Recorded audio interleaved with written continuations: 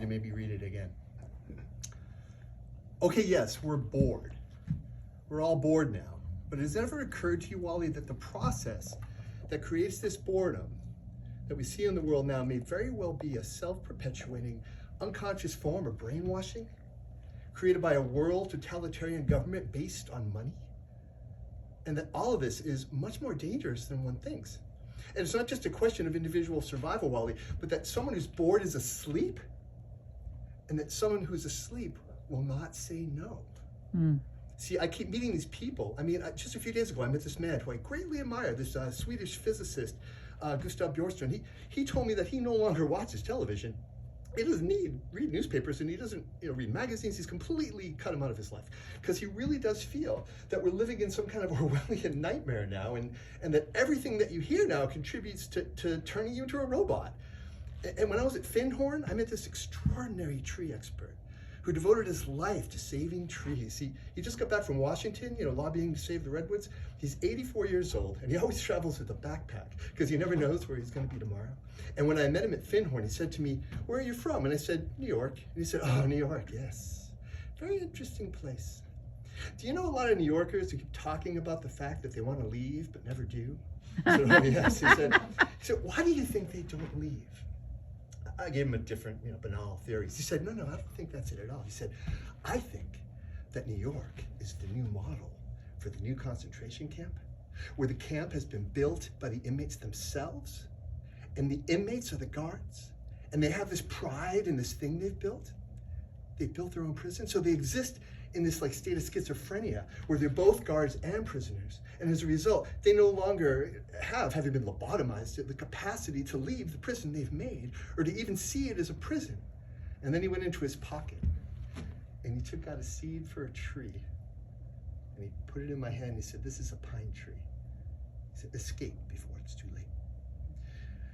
You see, for 2 or 3 years now, Christina and I have had this kind of very unpleasant feeling that we really should get out. No, really, I mean, we kind of feel like Jews in Germany in the late 30s, so get out of here.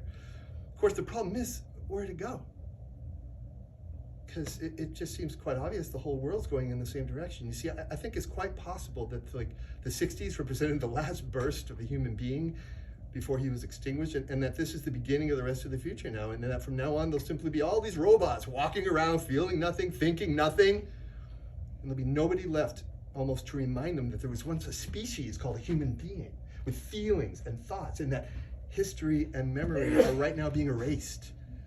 And soon no one will remember that life existed on this planet. I mean, now of course, Bjorström feels that there really is almost no hope, and that we're probably going back to a very savage, lawless, terrifying period. But Findhorn people see it a little differently. See, they're feeling that there'll be these pockets of light springing up in different parts of the world, and that there'll be a way, like invisible planets on this planet, and that we are the world, as the world grows colder, we can take invisible space journeys to these different planets, refuel for what we need to do on the planet itself and come back. And it's their feeling that there have to be centers now where people can come and reconstruct a new future for the world. And when I was talking to Gustav, he was saying that actually these centers are growing up everywhere now, and that what they're trying to do, which is what Findhorn was trying to do, and in a way what I was trying to do. I mean, these things can't be given names, but in a way, these are all attempts at creating a new kind of school, a new kind of monastery. And Bjorström talks about the concept of reserves, like islands of safety, where history can be remembered and the human being can continue to function in order to maintain the species through a dark age.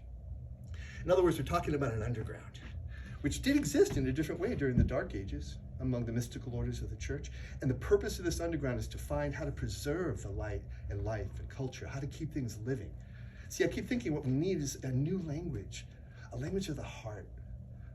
Languages in the Polish forest where language wasn't needed. Some kind of language between people that's a new kind of poetry. That's the poetry of the dancing bee that tells us where the honey is. And I think in order to create that language, you're going to have to learn how you can go through a looking glass into another kind of perception, where you have a sense of being united to all things, and suddenly you understand everything. Nice.